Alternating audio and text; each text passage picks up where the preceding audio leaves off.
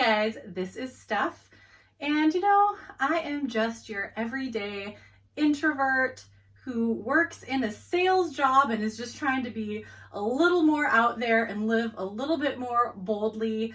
My job is presenting, so I'm in front of people all the time talking.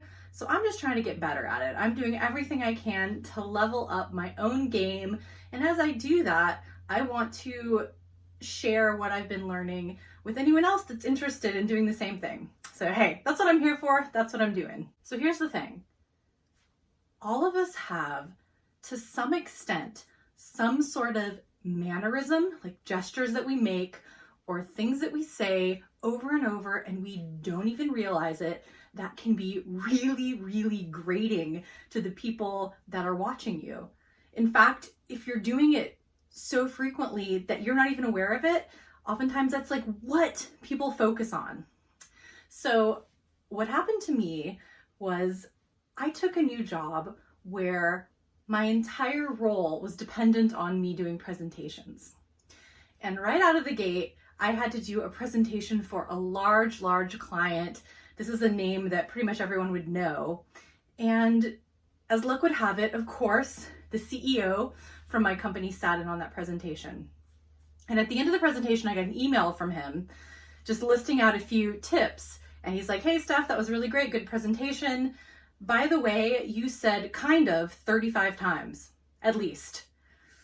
I had no idea that I was saying kind of over and over and over and over.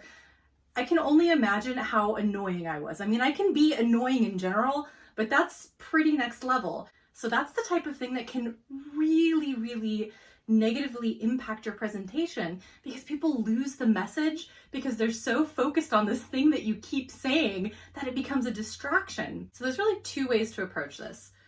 One thing that you can do is video yourself and watch back those videos and honestly critique what you're saying, what you sound like, any gestures you're making. And I know everyone hates that. I'm doing a video right now and I don't want to watch this. Like, I definitely don't want to watch this back, but I will because I have to edit it, but I don't want to watch it. But it's a really good way to see how you're coming across because it's hard to know live in the moment. You miss a lot. It's only when you can step back and view it at another time, when you're not there live trying to think it through, that you can really see what that looks like. So video, watch it, have a glass of wine if you have to, but just do it. But I think even more importantly is having a live person that you can trust watch you and ask them to find that one annoying thing that you might be doing that you're not aware of. So I like to think of this as a proofreading concept.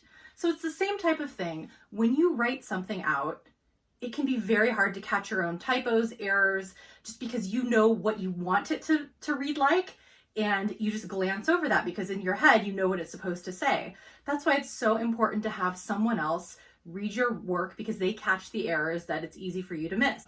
So set them up for it. Let them know that you're expecting that out of them, that you're expecting at least that one bit of feedback that's going to tell you something that you need to stop doing. Because I guarantee pretty much everyone is doing something that could drive your audience crazy, whether it's taking your pencil, slapping against your hand, tapping the lectern, saying kind of 35 plus times, saying over and over. There's something there that if you were aware of it, you could work on stopping that. So for me, I don't say kind of as much. It still slips in there, but as soon as I became aware that that was something that I needed to pay attention to and make sure I stopped doing it, it sort of clicked in my head and I knew immediately, okay, let's be aware, let's not say kind of, let's think of other ways to say what we're trying to say there. So really, that's all I'm saying.